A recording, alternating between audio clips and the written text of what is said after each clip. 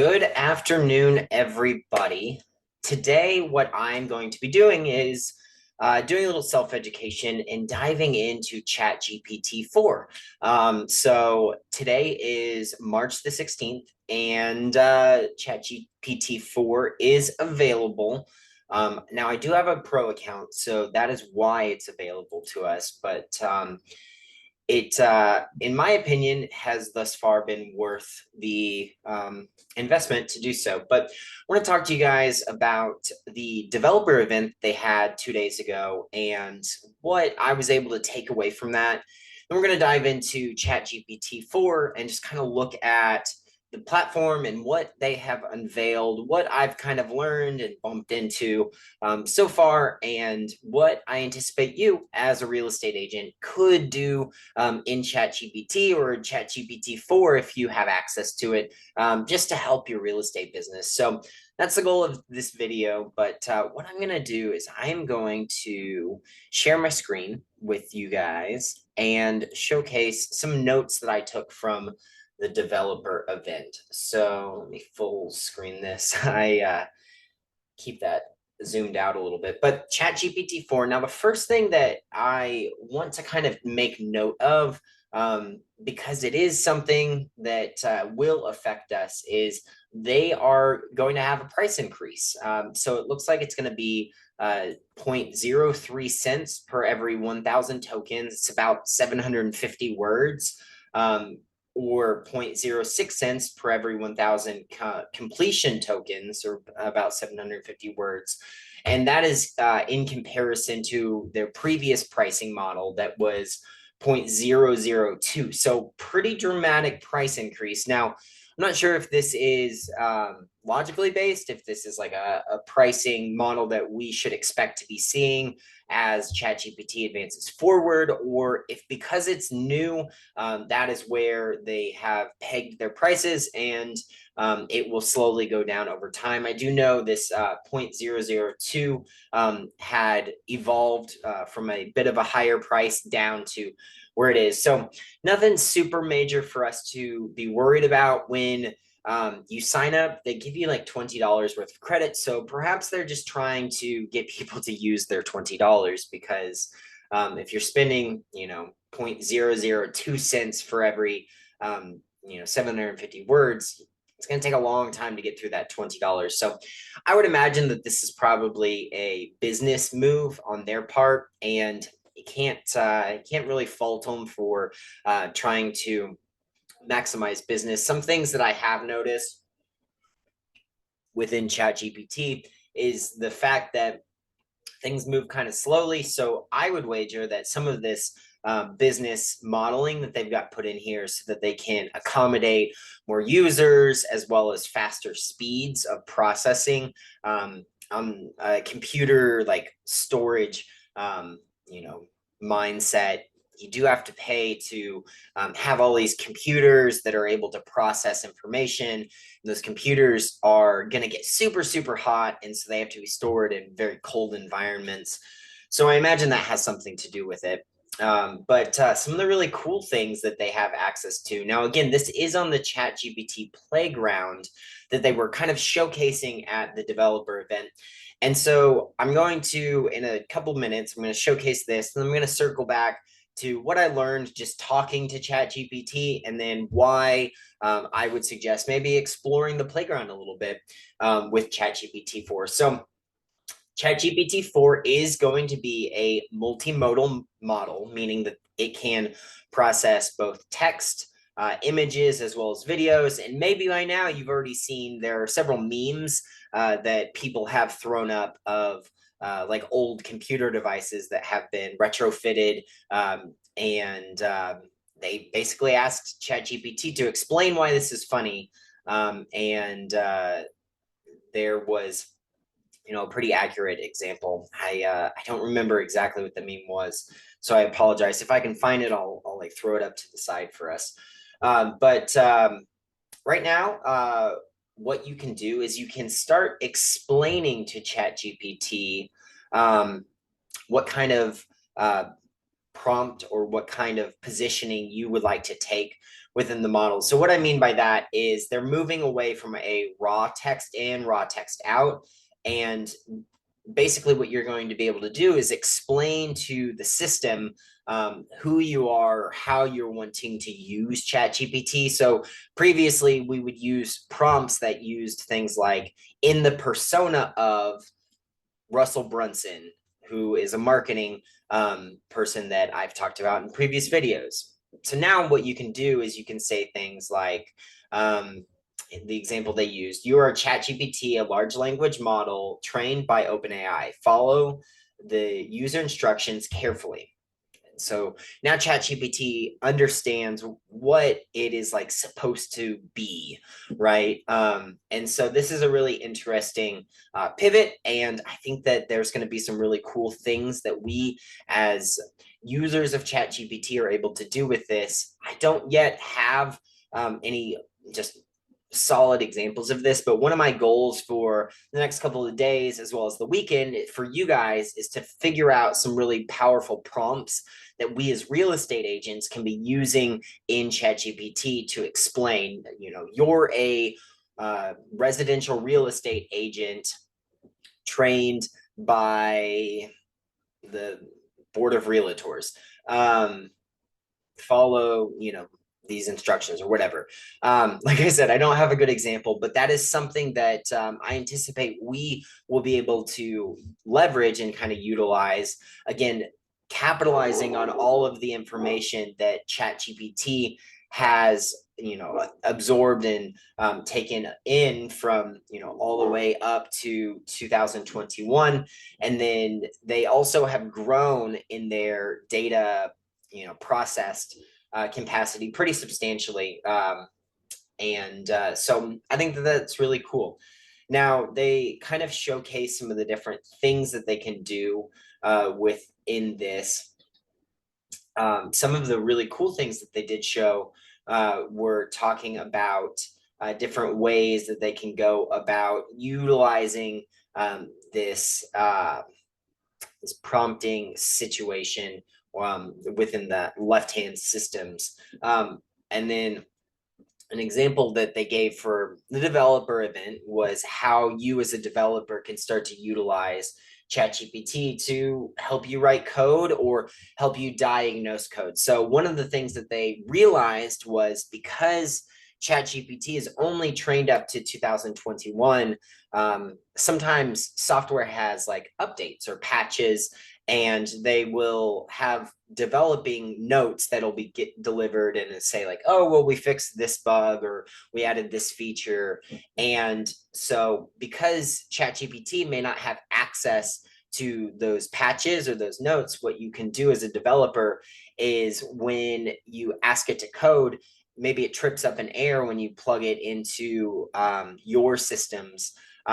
What you can do then is go find the developers, they're called white papers, and you can take that, you can put it into ChatGPT. ChatGPT will then understand those updates that have been made, and then you can ask ChatGPT, all right, now that you understand this, what happened? And ChatGPT can give you an answer. So that's really cool because what it's telling me is that there's a new way that ChatGPT can start learning, and again, it's seeding information and applying, additional context into how we're giving ChatGPT what we need to work with. So I see this working out really well for us as real estate agents in a space where perhaps the laws governing our local areas and how we participate in real estate, perhaps they change. And we were working with ChatGPT, but we realized, okay, there's been a rule change. Here are the new rules.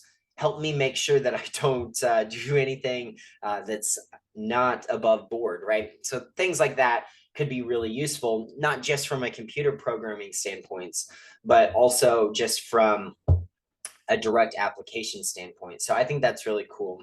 Now, one of the other things that they showcased that I have not yet gotten to explore, but am super interested in, was the fact that you can upload images and it can do some really cool stuff. So in the developer event, the gentleman who was hosting the event, and I forget his name, but he had a notebook that had a sketch on it.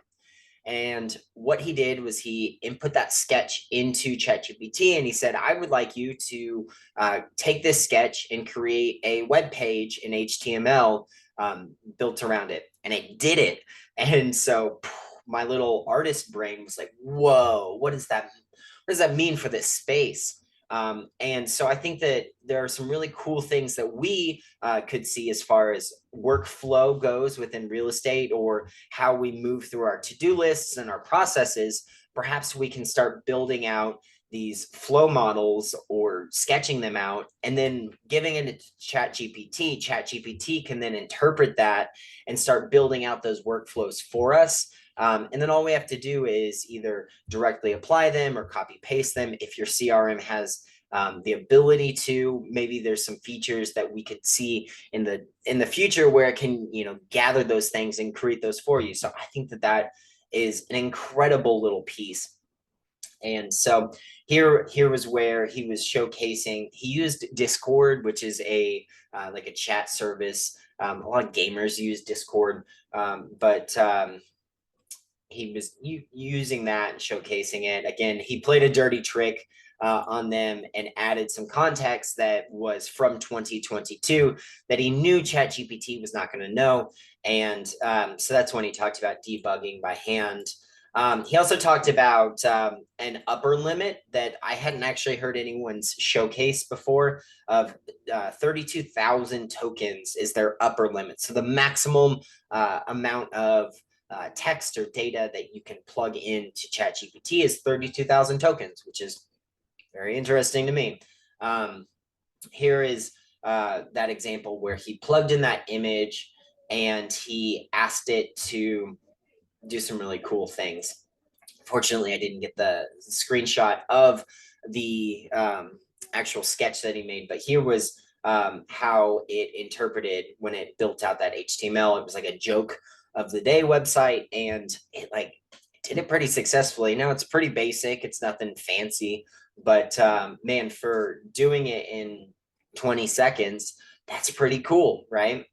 And then at the end of the event, he showcased something that I think is incredible, because this personally, I find frustration with taxes, right? I'm a younger individual, and I think that it is crazy to me that our government knows how much we should pay in taxes, and yet I have to be the one to fill out my taxes each year, and they go, you did it wrong, or, oh yeah, you did it right.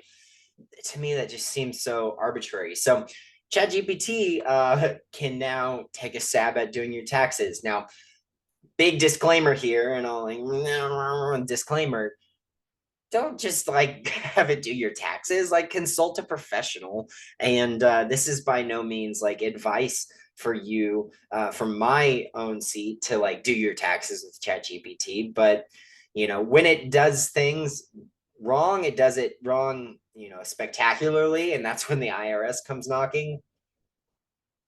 But man, if it could give you a starting point, that's pretty impressive to me. And one of the things that they did was he took the 17 pages of tax code that were applicable to his situation, and he plugged it in, again, seeding that information and then asking it to help with a example of a couple that was doing a joint tax return.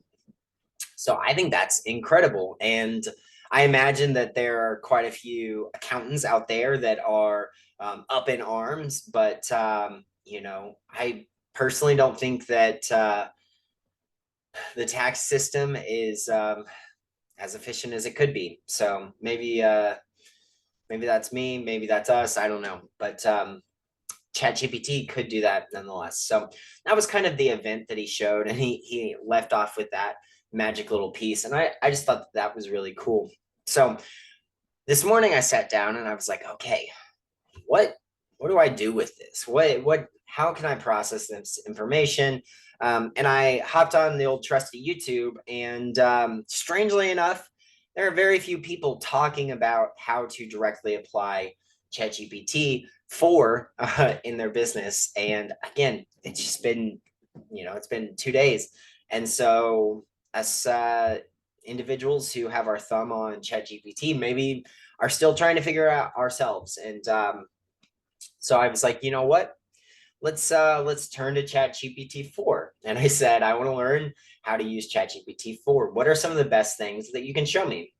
And it was glad that I was interested. Use an exclamation point, even very millennial of him.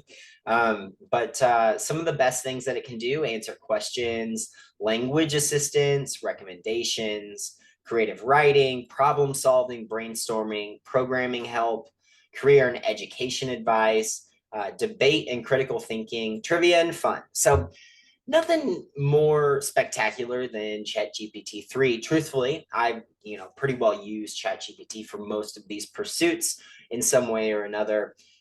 So that to me wasn't tripping the alarm as far as like, oh wow, this brand new crazy new thing, right? This was like iPhone 13 to iPhone 14 kind of news where they didn't really change anything other than how the cameras faced. But it's not actually all that ChatGPT has to offer. So I said, well, that's cool.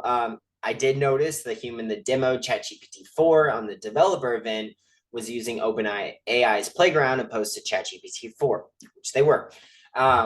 Should I be using ChatGPT or OpenAI's Playground? And he said both ChatGPT threads and OpenAI Playground can be provided as great experiences when interacting with ChatGPT 4. So they both have ChatGPT 4. However, there are some slight differences. Now, this was really interesting to me because it kind of showcased the difference in the two spaces in a way that I hadn't really thought about before. So it's worth bringing up. So ChatGPT threads, which is what this is, what we're looking at currently, is a platform designed for more casual conversational interactions with AI. You can ask it questions, get assistance, and have a back and forth exchange, which is what we are currently doing right here. It's a good option for immediate personal assistance. Makes sense. Now, ChatGPT's or OpenAI's Playground, rather, is a web-based environment that provides developers with a more powerful interface to explore and test the capabilities of ChatGPT 4. Now, I did know that the Playground is mostly for developers, though I guess I hadn't really put a lot of thought to it, right? It allows fine-tuning various parameters such as temperature and max tokens. That's how accurate the prompt is or how well it digests the information, and better control of AI response. If you're a developer, looking to build applications or test ChatGPT 4, OpenAI's Playground is the ideal choice. Okay, well, cool. And so then I was like, okay, but what about these memes? I really wanted to try and figure out how they were able to do that, and I felt like that was a good place to start. So, I went to Google and I found a nice Ted Lasso meme. Ted Lasso just came out yesterday, and it is my favorite TV show. And so, me watching Ted Lasso every week. I love football. Football is life. Danny Rojas. Unfortunately, when I first put that in, I gave that URL. It didn't do anything. It was going to tell me how it couldn't do anything. So I was like, all right, well, let's see what happens if I just ask it if it can. And so it said, the usual, oh, I'm an AI model. I'm unable to do really cool things like URLs. But it said if you describe the meme, I can attempt to explain the humor behind it. Not really interested. But so that is kind of where I stopped with ChatGPT. And I was like, all right, well, maybe if I go to platform.openai.com/playground, I can get a little bit more context.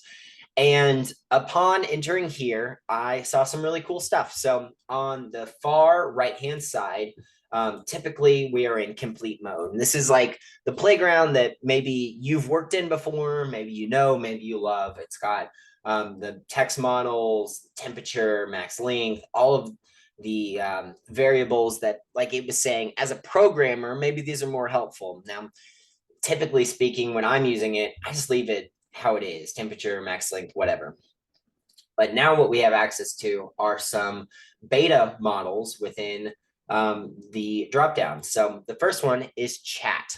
And so this is where in the event they were showcasing. So the system, which is over here on the left-hand side, that's where you can input what ChatGPT is or what it is supposed to be. And this is going to be where I come up with those prompts that I would love to provide you guys as real estate agents over the next couple of days. So I do, encourage you, stay tuned. I'm going to circle back to this once I have some good ideas, and there will be a companion video for this. But, the example they give is you are a helpful assistant. So you could do that, and then you hop over here and you start adding in your dialogue with ChatGPT.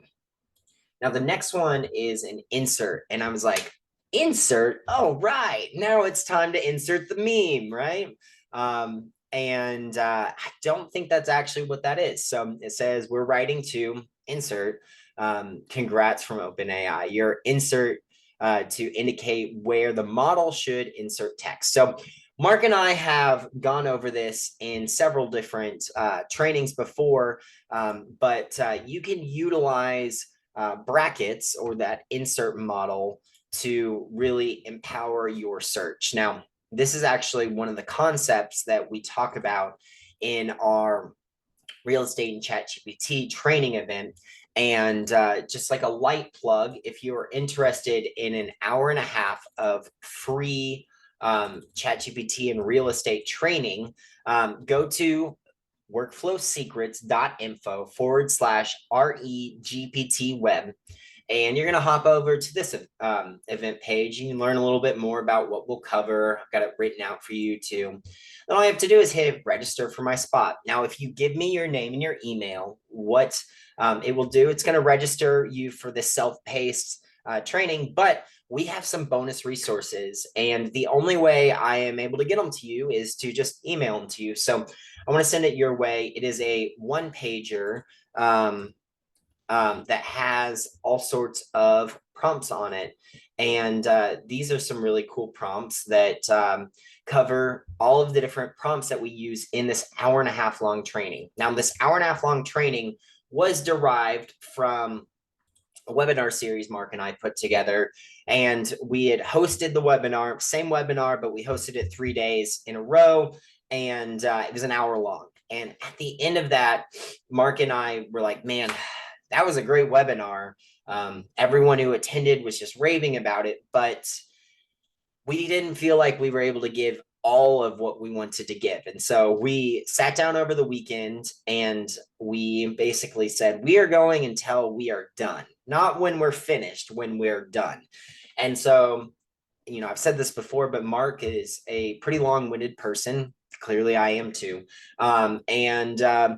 We produce an hour and a half long training. So if you go to workflowsecrets.info/RE GPT web, you can sign up for that webinar. Now, the webinar training takes you here.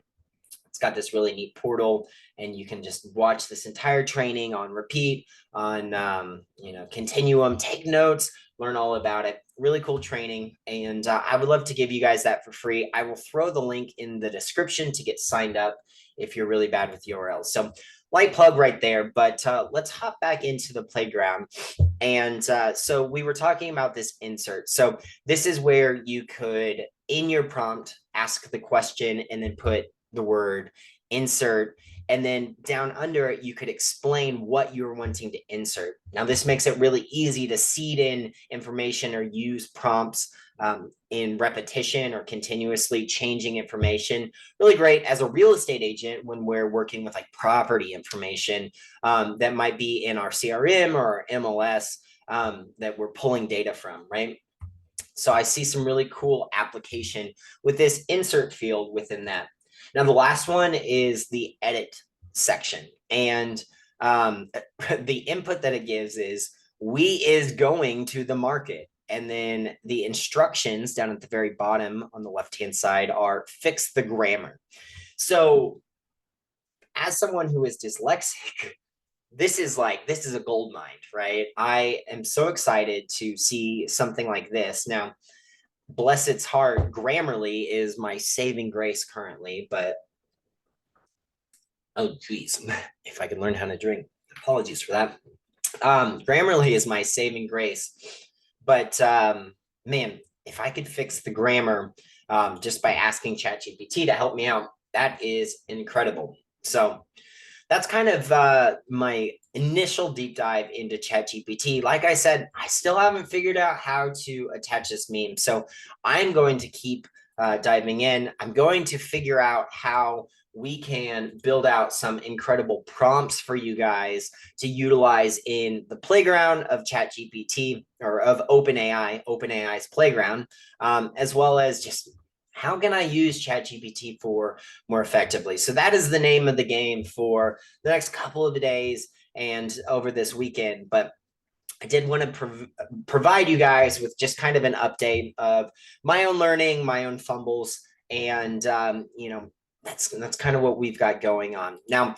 If you are interested in attending that free hour and a half long training, workflowsecrets.info/REGPT web. It's also in the description. So feel free and scroll down and you can gain access to that. I would be honored for you to attend it. If you are a real estate agent who is interested in ChatGPT and applying it directly to your real estate business, that is the best place that I could ever have someone start. And Mark and I wanted to ensure that you have these tools because we truly believe that over the next probably 36 months, there's going to be a schism, not just in real estate, but in society. And it's going to be people and companies who embrace AI and utilize and understand it and use it for the betterment of themselves and their business and society as a whole.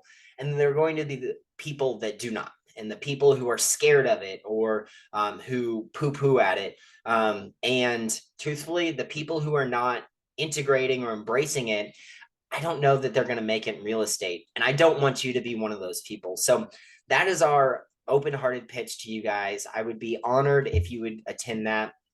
That's what I've learned from ChatGPT 4 over the last 2 days. Like I said, I'm just starting my dive, but I did want to bring you guys along with just what I know so far. And I'd love to know in the comments, what are you working on? How have you embraced ChatGPT 4? What are the cool things that you found out? I'm sure you're tired of hearing about this developer event because it's really all we've got to go off so far. So what are some bonus resources that you can provide me as far as little nuggets that you've learned from ChatGPT 4? So that's what I've got. I hope you're having a killer day, and I will talk to you guys very soon.